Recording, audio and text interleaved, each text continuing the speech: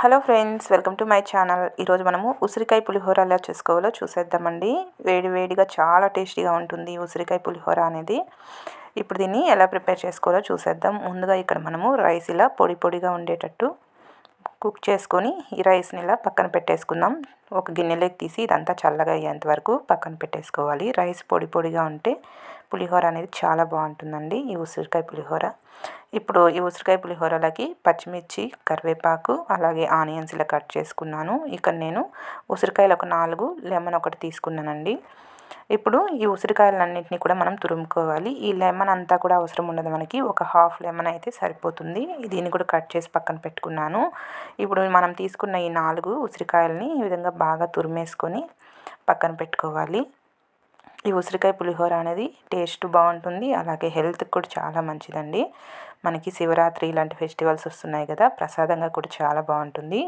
మీరు ఒకసారి ట్రై చేసి చూడండి. ఈ విధంగా ఉసిరికాయలు మొత్తం కూడా ఇలా తురిమేసుకొని పక్కన పెట్టేసుకుందాం.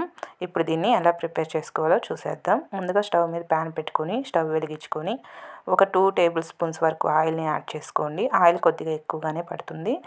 ఆయిల్ హీట్ ఎక్కిన తర్వాత పోపు దినుసులు మొత్తం కూడా యాడ్ చేసేసుకుందాము. అలాగే పల్లీలు ఒక 2 టేబుల్ స్పూన్ అంత యాడ్ చేసుకోండి. అలాగే జీడిపప్పు ఒక టేబుల్ స్పూన్ అంతా యాడ్ చేశాను. మీరు ఎక్కువ కావాలంటే ఎక్కువ కూడా యాడ్ చేసుకోవచ్చు.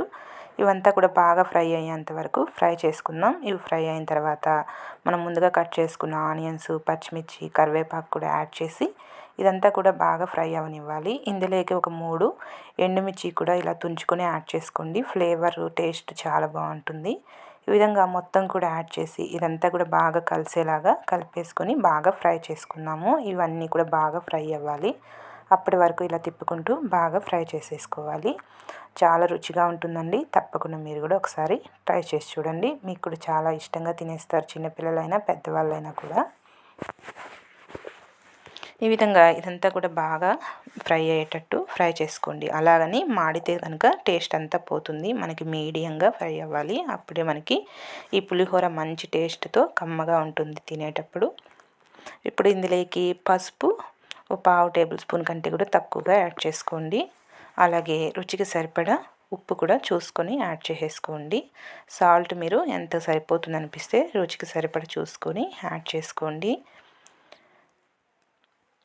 ఈ విధంగా ఉప్పు, పసుపు కూడా యాడ్ చేసి ఇదంతా కూడా బాగా కలిసేలాగా ఒకసారి ఇలా కలిపేసుకొని ఇందులో ఇంగువని లైట్గా యాడ్ చేసుకుందాం. ఈ పులిహోరలకి ఇంగువ కొద్దిగా యాడ్ చేస్తే టేస్ట్ అనేది చాలా బాగుంటుంది. ఈ విధంగా ఇంగువని కూడా యాడ్ చేసి ఒకసారి కలిపేసుకొని మనం ముందుగా తురుముకొని పక్కన పెట్టుకున్న ఈ ఉసిరికాయని కూడా యాడ్ చేసి ఇదంతా కూడా బాగా ఫ్రై అయ్యేంత వరకు ఫ్రై చేసేసుకుందాము.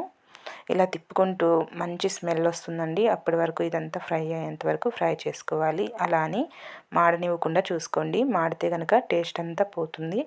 ఈ విధంగా చక్కగా ఫ్రై అయిపోయింది కదా. ఇప్పుడు స్టవ్ ఆపేసుకొని ఇదంతా కూడా చల్లగా అయ్యేంత వరకు పక్కన పెట్టేసుకుందాము. ఇప్పుడు దీన్ని మనం ముందుగా ఇలా ప్రిపేర్ చేసి పెట్టుకున్న రైస్ ఉంది కదా, ఈ రైస్లోకి మనం ప్రిపేర్ చేసుకున్న ఈ ఉసిరికాయది ఈ తాలింపు మొత్తం కూడా ఇందులో యాడ్ చేసేసుకుందాము. ఈ విధంగా ఈ తాలింపు మొత్తం కూడా ఇందులో యాడ్ చేసేసి ఈ రైస్లో బాగా మిక్స్ అయ్యేటట్టు బాగా మిక్స్ చేసేసుకోవాలి.